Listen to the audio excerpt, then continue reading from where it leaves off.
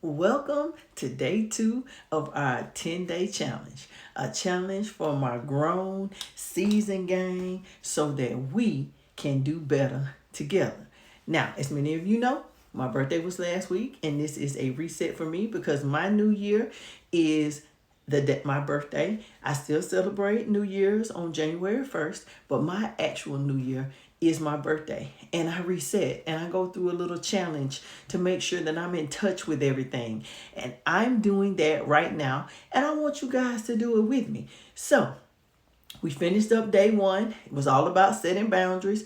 I hope you dropped some boundaries that you set for yourself or that you plan to set for yourself in the comment of the day 1 video. Anybody that's interested, please go back and take a look at it and follow us for the next 9 days as we get through this 10-day challenge. But right now, we're going to move in to day 2. And that little thingy is, they didn't choose me, but that was my blessing. And my grandparents used to say all the time, if you want something and you don't get it, that just might be God's blessing. God's rejection is sometimes a blessing, and we have to take it that way. Sometimes we want things that don't want us, and we need to be okay with that and keep it moving. Every now and then, we have to thank the good Lord above for not giving us something that we think we wanted. And that thing that you really, really, really wanted so bad at this seasoned age, if you look back on it, most of us are glad that we didn't get it, or we got something better. So, not being chosen can seem like it's negative, but it's actually an opportunity for growth, self-discovery. I'm getting tongue-tied. And it may ultimately lead to a better outcome, like I just said, greater than you ever anticipated. It can be the catalyst that catapults you into something great because you get what you got and not what you thought you wanted. Sometimes, every now and then, your higher self or the powers that be know what you need, even when you don't know what you need, or you think you know what you need. Now, here's how not being chosen could be a blessing in disguise. Number 1, it's a redirection and opportunities for something new. Not being chosen can redirect you to a new path. It can make you relook at things, think about something different, try something different that you might not have otherwise considered. That redirection can lead to endless possibilities and so many new opportunities. It can also help you learn and grow. Now, rejection can be a powerful teacher. Sometimes, we don't get picked for what we want to get picked for. We don't get that promotion that we wanted. That person that we thought was the apple of our eye decides to leave. There's so many ways that, rejection can happen. And we as ladies don't deal with rejection often. So sometimes we can take it a little bit harder than our male counterparts.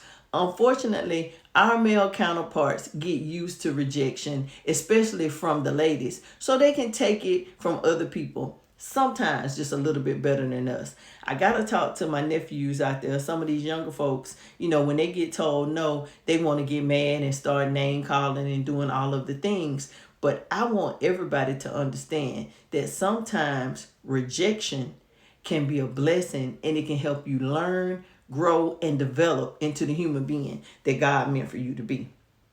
It's also an opportunity for self-discovery. We think that we really, really want things. Sometimes we really, really want to do things, and that's not what's meant for us to do. So when you do some self-discovery, you can refocus, and facing rejection can be an opportunity to understand that those values, those goals, those things don't align with the person that you are or the person that you are meant to be. It can help you figure out what truly resonates with you so that you can attract the thing that is your thing and not somebody else's thing. It can also increase resilience. Sometimes you have to get 10 no's before you get the yes. And that creates resilience. That helps you bounce back each and every time. It hurts a little bit less. You get some better understanding, and you get more and more resilience. Again, rejection can be a blessing. This can be a difficult concept to grasp because we all what we want what we want when we want it. You know, we live in a lukewarm microwave society these days, and sometimes we get beside ourselves with our wants, needs, and desires, and we forget about even what's in our own best interest because what we want can sometimes cloud that. So every now and then, rejection is a blessing from above, and we just have to see it that way. I have had, situations where things didn't work out the way I thought they would. And, you get a little sad about it. But like I said, if you look back on that thing 3 or 4 years later, you will be grateful that it worked out the way that it did and that you got exactly what was intended for you. Because what's for you is for you. Nobody can take it from you. Nobody can do anything about it. Whatever is designed for you is yours. You won't be rejected. You won't have to worry about any of that. Is yours. Now, being chosen is a big deal. If we go all the way back to, the elementary school playground, playing, dodgeball and basketball and being chosen for teams and things like that, trying out for cheerleading, you always had 50 girls try out and only 12 actually make the team. There are occasions when rejection can hurt and seem like it's the end of the world, but it isn't. The next best thing is coming for you. And you don't have to worry about what you didn't get. Because again, what's for you is absolutely for you. Now, I told you these videos were going to be quick videos. I have a little short homework assignment for you guys. If you haven't had the opportunity to watch day 1 of our challenge and do that homework, I recommend you go back to that video as well. Have a look at day 1, do that little homework assignment, and then do this one. And like I said yesterday, you can grab your journal, jot things down. You can take notes in your phone. Please feel free to drop, what you, your answers to your homework assignment for this one. And don't worry, this homework is not for a grade. It's for self-improvement. It's for you and only you. And if you don't want to share, you don't have to, but I want you to feel free to drop whatever you want to in the comments, because something that you need to say may help somebody else get to their breakthrough and say what they need to say. Now, much like day 1, on day 2, I have a short little homework assignment for you that's going to have you to reflect on a couple of times where you may not have been chosen for what you wanted. I'm going to read the homework assignment to you, and it is list at least 2 times that you weren't chosen in love, friendship, work, extracurricular activities, whatever you want to think about, and what you gained instead. You can jot it down in your journal, like I said. Take notes in your phone. Please feel free to drop it in the comments if it's something that you want to share.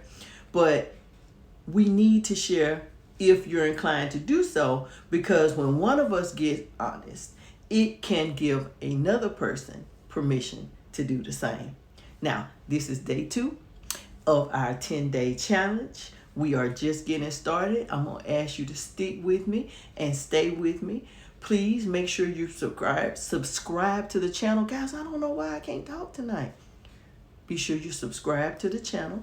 Your notifications are on. So when the video uploads, you can watch the little short video, do your quick homework assignment, and then be ready for day 3, because each day is going to build on the other. So let's keep growing, healing, and owning this season of our lives. We're taking control of what's going on with us. Nothing is happening to us. We're going to have everything that our hearts desire. So until tomorrow, do your homework, and I'll see you soon. Toodles.